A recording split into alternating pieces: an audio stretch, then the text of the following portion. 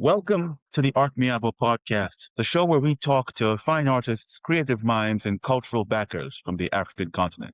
I'm your host, Gift Enyadike, and with me today is a contemporary Nigerian artist whose work explores human emotion, identity, and everyday lived experience through deeply symbolic and often unconventional compositions. He has exhibited both locally and internationally, from Lagos to London and the United States. And beyond his own practice, he is shaping the next generation of artists as the head of workshops at ArtMiabo, helping emerging creatives find their voice and refine their craft.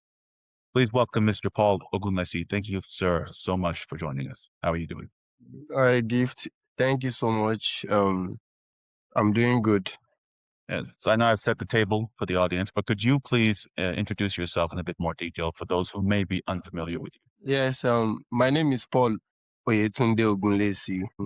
I'm a visual artist based in Lagos, Nigeria. I create works that are inspired by the wisdom in Yoruba adages. For people that may not know, Yoruba adages are short statements that have been passed down through generations that are used to convey wisdom statements that affect society, shapes mind, and help with guiding generations. So I impute those adages in my works to convey contemporary issues, both as it affects here locally in Nigeria and everybody around the world, no matter the status, location, and even race. I create works that anybody can relate to, no matter where they are. I try to propagate the idea of shared identities because I don't put faces to my subjects. So just to make every person that sees Yes. my work become part of my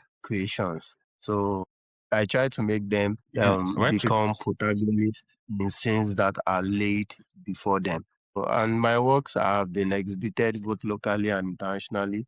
I mean, I'm in private collections around the world and public collections. So thank you so much That for is having me. excellent. Would you have to tell us a bit more about your artistic and professional journey? I understand that you graduated from Miabo Tech, and I want to know what put you down this path. Yes, like every other artist, you seem to be like the rebellious child in the family because people really do not understand what you're doing. I first started doing a lot of drawings as a child, a lot of rebelling, just picking up things and creating stuff and getting because all my notebooks in primary school and secondary school have decorated them with cartoons and super striker images and all manner of things. But with time, people started Super realizing my strikers, I love family. those.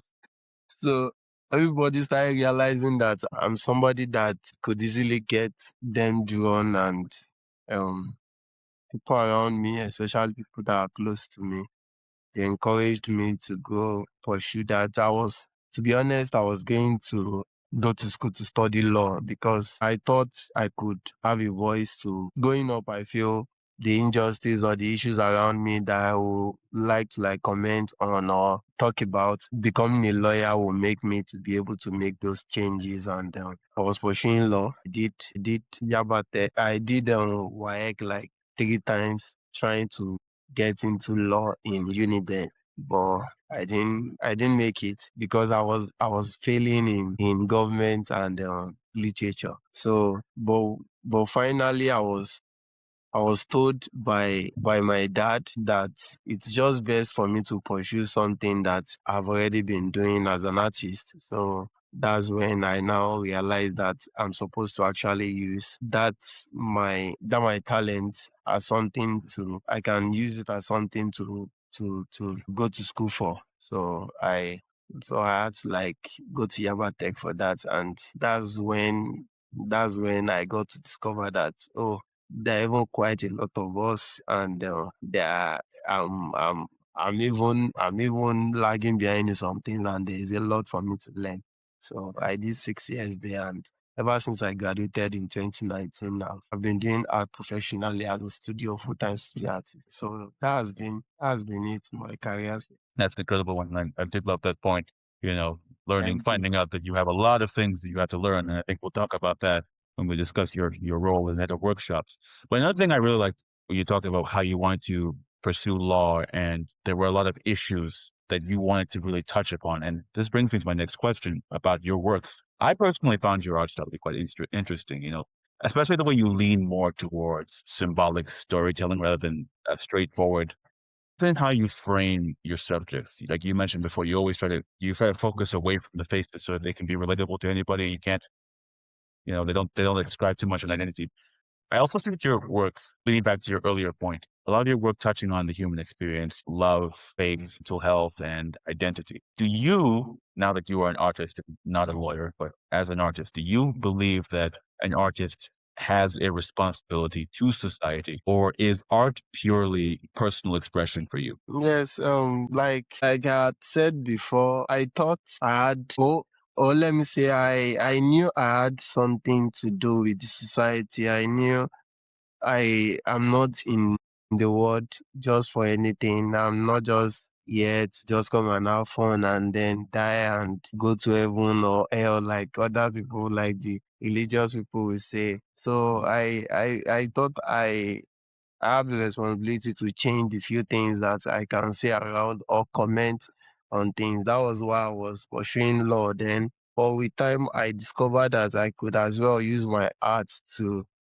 change things the little way I can or the way I can by and not that I'm trying to like be the savior or be Jesus, but just to like have commentary on things that I feel okay are not spoken about enough or things that are spoken about, but just to have my own commentary in maybe in another coming from another angle, another perspective. So to me, I believe that artist or art it's supposed to drive change. It's supposed to comment on things that not that I don't create art for myself, not that I don't create art that doesn't really have any societal commentary just for fun. But generally, I believe that my art's supposed to comment on things relating to societal change. So when I comment on issue of mental health in my work, I believe it's something that crosses across everybody and it's something that people can relate to and it changes things. And when I talk about the issue of love, betrayal, abandonment, all manner of things, I believe these are things that people passes through in the world, and I feel that to me makes me feel fulfilled as an artist, talking about things that people can relate with in society. That is amazing and a very good point. And I think that Yes, brings thank, us nicely into the topic of our conversation. You've been thank you involved so with much. Art Afro for a while now, going back to some of the earlier festivals, such as Art of Afrobeats in 2023. And now you serve as the head of workshops. Can you maybe tell us a bit about your relationship with Miabo Enyadike and how it eventually led you to take this role? It's actually great to have discovered, or will I say it's Miabo uh, Enyadike that discovered me, or I discovered her, because I would say it's fate, and it's been wonderful since 10 years now that I've seen her. She came to my school 10 years ago to come and talk about art, to come and talk about things that could help artists. Then I remember it was relating to how we can position ourselves online as artists and help our career get better, things we could learn. And the way she spoke about the whole thing, the way she was honest, the way she was truthful, and the way she was open to letting people ask her questions. And she just seemed genuine to me. And I approached her to talk to her after the whole workshop. I was inspired to also get people to know the little or whatever knowledge that I have in the arts with my experience, hearing her speak that day, affecting lives, talking to all manner of people, my colleagues, my friends. I was inspired to also realize that I'm not only supposed to keep the knowledge of art to myself, because one of the things I've understood in the industry is that maybe basically in Nigerian industry, growing up as an artist, I've realized that there is a lot of secrecy, and I believe that what she did that day, especially as expressive as she was, as honest as she was, and the few things that I tapped into over the years, I've seen how truly it has worked. For example, how I've been able to put my work on Sachi, it was true. And ever since I put my works on Sachi, privately, generally, my career has scaled better, and I've been able to connect with other other people across the world, especially collectors that I wouldn't have been able to like meet if I'm still taking my works to Nigerian galleries till now. So it was because of our honesty and our workshop that made people like me and other of my colleagues. And it was me and Shegun who came with me that was like really supportive of the whole idea, and we went to her personally. Um, the workshop that she held, I would say then 10 years ago in my school, made me to understand that giving back knowledge, no matter how little I can, it's something that I could as well add to my niche as an artist, not just stay in the studio and consume from everywhere. I was also spurred to have this nature of educating others. My colleagues in school can testify to the fact that ever since then, I've been very open with knowledge, and I share knowledge a lot. Everybody that attended Java Tech with me will know that. They might not know the reason why I became suddenly changed and open to sharing things with them, but I'm saying this categorically that something like that really made me to be able to open myself up.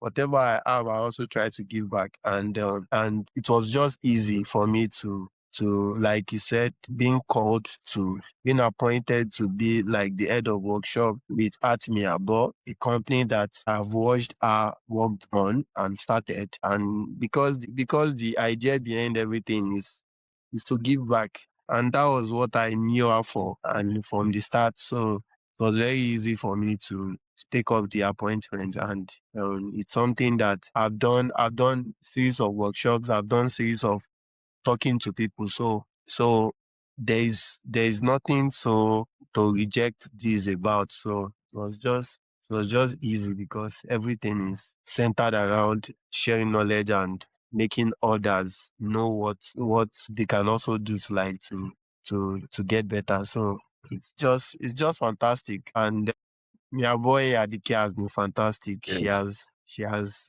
been honest with me. She has been good to me. So I will say it's just been a good relationship with her, and she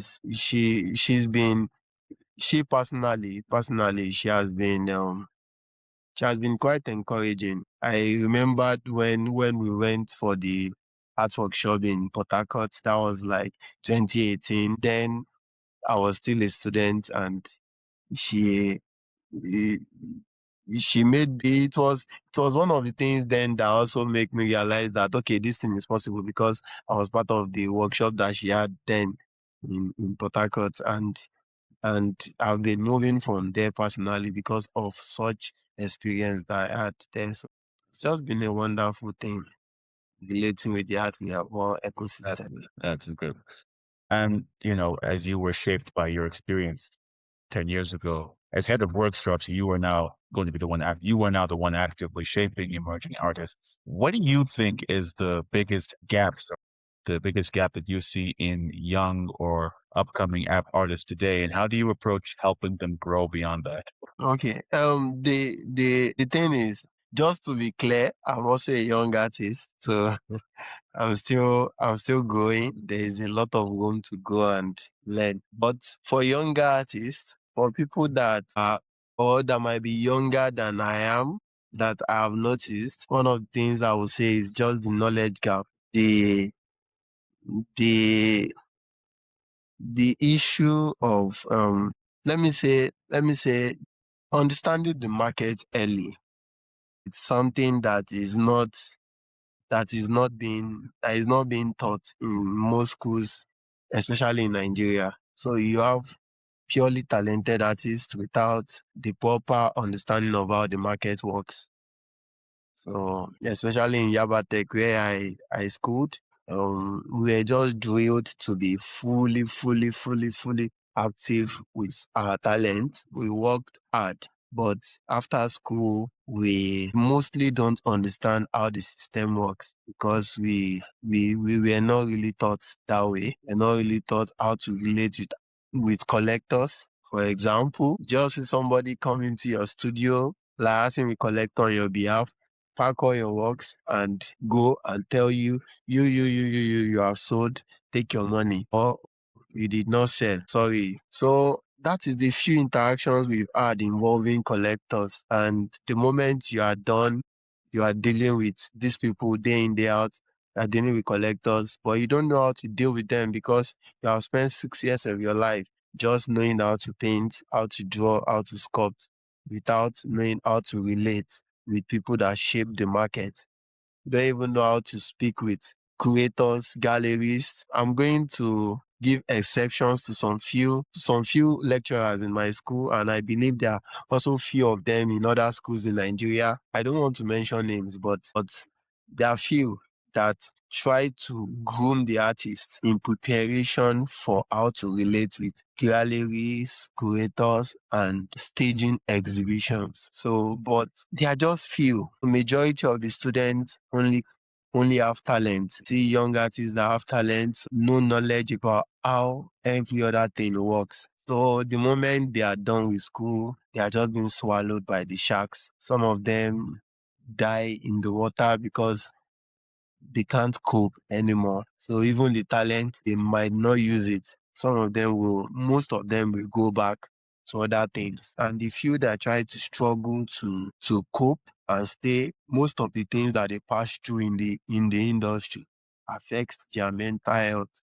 So it doesn't make them to really become they don't become sane anymore after a few years. So I feel the knowledge gap is something that is very, very key. And something is another thing is the issue of proper grooming. Proper grooming. Because of the rushing nature of assignments sometimes in some schools, some people just go to school to do assignments. There is no time to Move really on. discover themselves. There is no time to discover themselves. They are doing assignments Absolutely. day in, day out, day in, day out, day in, day out. So if you are not strong enough to create extra time for self education and proper thinking as a human being or as an artist, you end up using 6 years coming out just a zombie of assignments. You don't even know how to properly communicate in your own language as an artist. Just come out, Yeah. your work is looking permanently like your school assignments. You so Yes, I absolutely. think proper grooming, not grooming. When I say proper grooming, I'm not saying that the person cannot draw, not that the person cannot draw, not that the person cannot paint. But this person doesn't have a language of their own because what they are used to is working to get assignments done week in, week out, week in, week out, week in, week out. So I think proper grooming is also Yeah. something that we most emerging artists, most young artists, new graduates that are just coming up, they are still struggling to discover themselves after years in school. They will still need like 3 4 years to discover who they are again, as if they are learning. And these are some things that should have been done over the years. So another thing that Yes. I would say that most emerging artists are not honest with themselves. So most emerging Yeah. artists are not honest with themselves. They compare themselves too much. They want to blow too soon. Though there are some exceptions, few artists can come out, imagine, and things go immediately.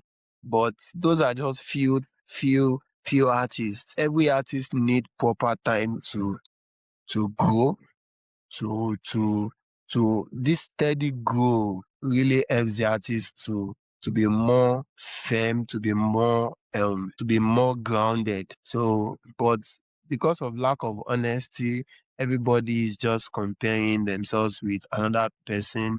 You are trying to compare your growth with the next person. Sometimes can be a very big problem and something that margin artists Piece of should joy. try and guide against. Just respect your journey. You are making progress. Might not be as fast as others quickly, but everybody cannot be a Basquiat that made maybe big names at a very young age, or other artists.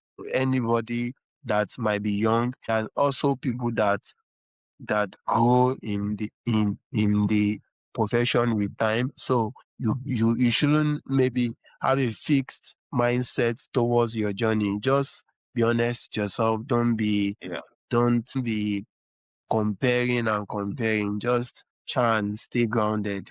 So I think there are a Yeah. lot more, but these few, and also lack of research. I would say lack of research. I think that The leads back to the knowledge doing gap, the though. black Yes, during the black art boom of 2020, 2021, early 2022, some people thought they had a style or something to do because it was easy to sell black bodies. But before the boom, some people had researched that ideology, or they have stayed in that movement. They've been doing those stuffs. So the market easily paid them for their research and their sacrifice. People jumped. Imagine artists had jumped on the trend, but when the trend finished, a lot of artists were lost. They don't even know where they belong. They don't even know what to do again. But if, Yeah. as an artist, you actually research an idea, you are research an idea and you are working towards that idea and you are working on it, even when a trend comes and it affects your idea positively and you are able to make so much money, or when a trend hasn't come, because of that research, because of that personal study time, that personal understanding of what you are actually working on, and you are actually staying the course, you are not going to be lost, and you are going to be better for it. So I would say lack of research. So just to mention a few. Yeah, yeah. And I think that was very well said. I think I think what we've actually spoken a lot about, not, you've spoken about people going to school, but then they come out and they miss out on certain fundamental things. But now what happens if somebody like didn't go to, now they don't even have that. They don't even have the schooling. If someone walks into one of your workshops with raw talent, right? They can draw, they can paint, but they've never gone to school. They've never gone to a Yaba Tech. They've never been to a workshop like the ones that you host for Art Miabo, or the ones that you had seen when Miabo herself came and spoke to you and your classmates. If they don't have that training, they don't have that exposure, what is the first thing that you try to change or unlock in them? As somebody that walked into my workshop, that Yeah, see talent in a talented person that's part yeah. of my workshop for the first time. What They haven't gone to school. They haven't been trained. when you see somebody that is talented, one of the things that I do is, and I've done it over the years, I've taken up people that are talented, and some of them will come to me and pay me privately. They want me to help them to mm, like private lessons. Some come to my studio and stay months, and others I go to their homes and teach them. So I would say that is something that I've seen over the years. Okay. So one of the things I do is to acknowledge their gift. First, I tell them you are good. If I see that the person has some traits of artistic prowess in them, I tell them, acknowledge it. I let them know. Then I try to encourage them. They stand academically to be sure if it is still possible for them to go to art school, because I have this belief that art school is also going to help everybody. It's better for you to go and and you might not learn so much, but when you go, you are going to meet people. Even if you will not, even Yes. if you say you are not going to like learn so much, but you are going to meet people that will challenge you. Some people that will further stamp acknowledgement on your gift. So I will try to understand, is this person a high school leaver? Is this person still in high school? Is this person just graduated? So I will try to like know them again to know their current academic level, to know how I can also encourage, because some people come to our workshops and they are lawyers, or they are mass communicators, and they are working well professionally in their field. You can't say because you want to force them to be an artist, you are telling them to go and do 5 year course again and all those things. So you just try to understand them. So like I said, acknowledge the talent, look into the person's eye and tell them, this is very good, this is nice, I encourage. And other thing is I make little findings to try and understand where they are academically. And the last thing I do is all the general things, just random important things. I just want to like list random important things.